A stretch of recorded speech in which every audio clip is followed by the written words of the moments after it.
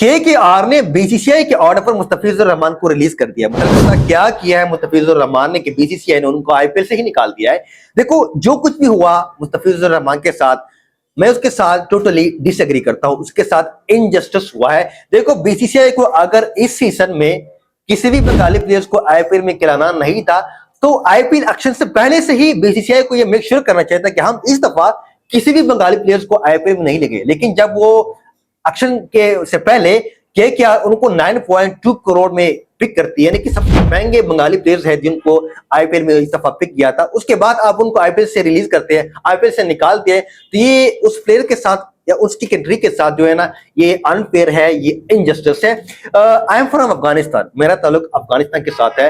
और जब मैं अक्सर बंगाली पेजेस है या जो यूट्यूबर्स जब मैं उनको देखता हूँ कि वो अक्सर अफगानिस्तान के प्लेयर्स को ट्रोल करते हैं, अफगानिस्तान के प्लेयर्स के खिलाफ, अफगानिस्तान के लोगों के खिलाफ नेगेटिव प्रोपेगेंडा करते हैं, तो फिर इस तरह की कंडीशंस में मुस्तफिजुर रहमान के लिए किसी भी बंगाली प्लेयर्स के लिए सिंपैथी दिखाना मेरे लिए थोड़ा सा मुश्किल हो जाएगा। मुस्तफिजुर रहमान ने कुछ गलत नहीं किया, वो एक बहुत ही हार्ड वर्किंग, पोलाइट और बहुत ही अच्छा लड़का है। लेकिन जब हमेशा दो देशों के बीच टेंशन बढ़ती है या कोई भी जो है ना पॉलिटिकल इश्यू आता है, तो उसका जो नुकसान है, जो अजाला है, वो हमेशा जनता बढ़ती है। और मेरे ख्याल से यहाँ पर बांग्लादेश और इंडिया के बीच जो टेंशन बढ़ी है पॉलिटिकल, उसका जो नुकसान बढ़ना पड़ा वो मुस्तफिजुर रहमान को बनना पड़ा।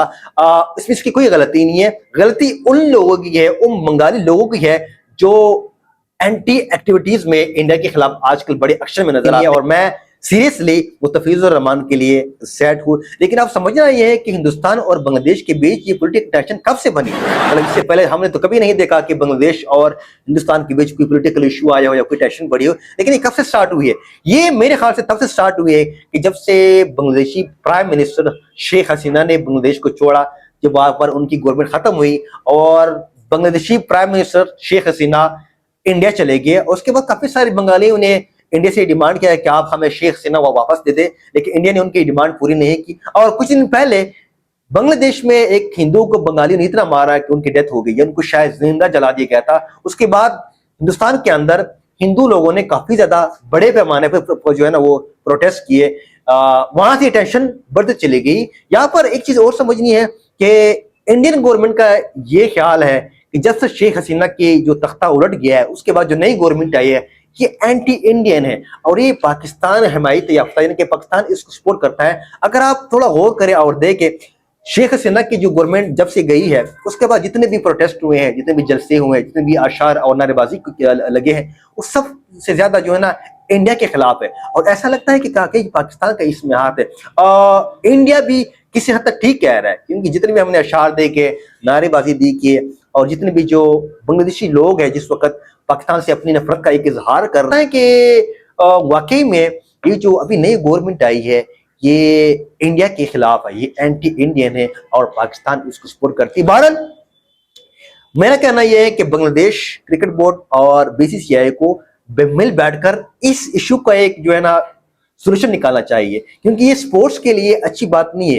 पॉलिटिक्स और स्पोर्ट्स को बीच में लाना ये अच्छी बात नहीं। पहले से इंडिया और पाकिस्तान के जो मैच कितने ज्यादा खराब हुए हैं आईसीसी इवेंट में या बाकी जगह पर, तो अब मेरे ख्याल से ये जो पॉलिटिकल इंटरफेरेंस है ये बांग्लादेश और इंडिया के बीच भी आ चुका है। और अब कहीं ऐसा ना हो कि जिस तरह हिंदुस्तान और पाकिस्तान ग्राउंड के अंदर और ग्राउंड के बाहर हाथ तो जो है ना वो नहीं मिलाते हैं, हैंडशेक नहीं करते हैं। और मेरे ख्याल से कि ऐसा ना हो कि बांग्लादेश और हिंदुस्तान के बीच भी जो है ना ये चीज ना आ जाए, तो स्पोर्ट्स के लिए ये चीज बहुत ज्यादा नुकसानदेह है। तो अच्छी बात यह है कि बांग्लादेश क्रिकेट बोर्ड और बीसीसीआई मिल बैठकर इसका एक सोल्यूशन निकाले, तो ये सबसे अच्छा सोल्यूशन है। बाकी आईपीएल हिंदुस्तान की अपनी लीग है, वहां के लोगों की लीग है, वो जो मर्जी चाहे वो कर सकते हैं। लेकिन हम ये कह रहे हैं कि अगर आपको बंगाली प्लेयर्स को, मतलब अगर आपको पहले से ही पता है कि बांग्लादेश और हिंदुस्तान के बीच पॉलिटिकल टेंशन बनी हुई है, तो पहले से ही आपको एक्शन से पहले से ही आपको ये क्लियर कर देना चाहिए था कि इस दफा हम किसी भी बंगाली प्लेयर्स को आईपीएल में नहीं लेंगे।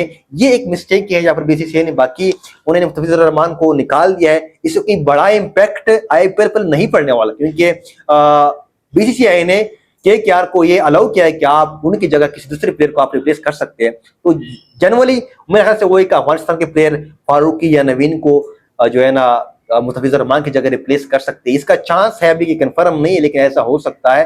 तो मुस्तफिजुर रहमान का आईपीएल से निकालना आईपीएल के ऊपर कोई सैड या कोई बैड इफेक्ट नहीं पड़ेगा। आईपीएल बहुत बड़ी लीग है और इंडिया की लीग है, बीसीसीआई की अपनी लीग है, वो जो मर्जी करे, जिसको निकाले, जिसको करे। लेकिन हमारी कोशिश ये है, हम ये चाहते हैं कि बांग्लादेश और बीसीसीआई मिल बैठ कर इसके लिए एक अच्छा सोल्यूशन निकाले।